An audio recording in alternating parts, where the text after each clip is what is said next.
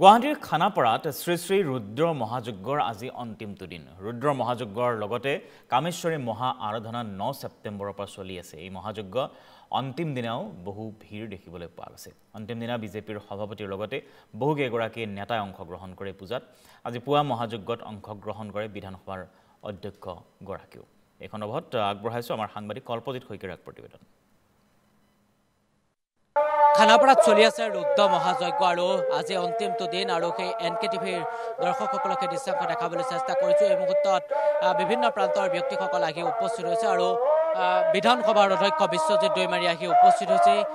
কেইবাগৰাকী বিধায়ক আহি উপস্থিত হৈছে। সেই মুখ্যমন্ত্ৰীৰ পত্নী ৰিণিকী ভূঞা শৰ্মা আহি উপস্থিত হৈছে আৰু পোনপটীয়াভাৱে মহাযজ্ঞৰ দৃশ্যাংশ NKTVৰ টেলিভিছন স্ক্ৰীণত দেখাবলৈ চেষ্টা কৰিছো। এয়া হৈছে গুৱাহাটী মহানগৰীৰ খানাপাৰাৰ পশু চিকিৎসা মহাবিদ্যালয় খেলপথাৰ আৰু সেই পশু চিকিৎসা মহাবিদ্যালয় খেলপথাৰৰ পৰা আমাৰ এই পোনপটীয়া সম্প্ৰচাৰ আৰু এই পোনপটীয়া সম্প্ৰচাৰ আমি দেখাবলৈ চেষ্টা কৰিছো। ৰুদ্ৰ মহাযজ্ঞ আৰু কামেশ্বৰী মহা আৰাধনা কাৰ্যসূচী তেওঁলোকে অনুষ্ঠিত কৰিছিল আৰু এই স্থানৰ পৰা পোনপটীয়াভাৱে দেখাবলৈ চেষ্টা কৰিছো। বিভিন্ন প্ৰান্তৰ ব্যক্তিসকল আহিছে।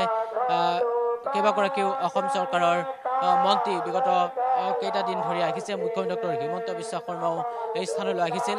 সকলোৱে আৰাধনা কৰিছে আৰু আজি অন্তিমটো দিন আৰু সেই অন্তিমটো দিনাখনেই মুখ্যমন্ত্ৰী ডক্টৰ হিমন্ত বিশ্ব শৰ্মাৰ পত্নী ৰিণিকী ভূঞা শৰ্মা আহি উপস্থিত হৈছে আৰু কেইবাগৰাকীও বিধায়ক আহি উপস্থিত হৈছে। বিধায়ক দিগন্ত কলিতা আছে, বিধায়ক মানৱ ডেকা আছে, সকলো আহি উপস্থিত হৈছে আৰু পোনপটীয়াভাৱে সেই দৃশ্যাংশ দেখাবলৈ চেষ্টা কৰিছোঁ।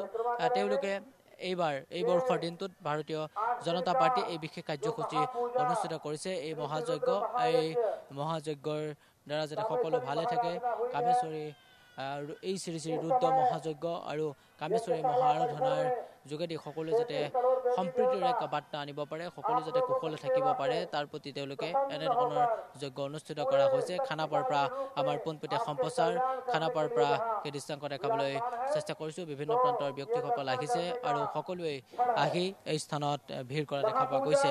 এয়া হৈছে খানাপাৰাৰ দৃশ্যাংশ। খানাপাৰাৰ পৰা এনেধৰণে বিভিন্ন প্ৰান্তৰ লোকসকল সমাগম হৈছে। মুখ্যমন্ত্ৰী ডক্টৰ হিমন্ত বিশ্ব শৰ্মাৰ পত্নী ৰিণিকী ভূঞা শৰ্মাও এই মুহূৰ্তত আহিছে।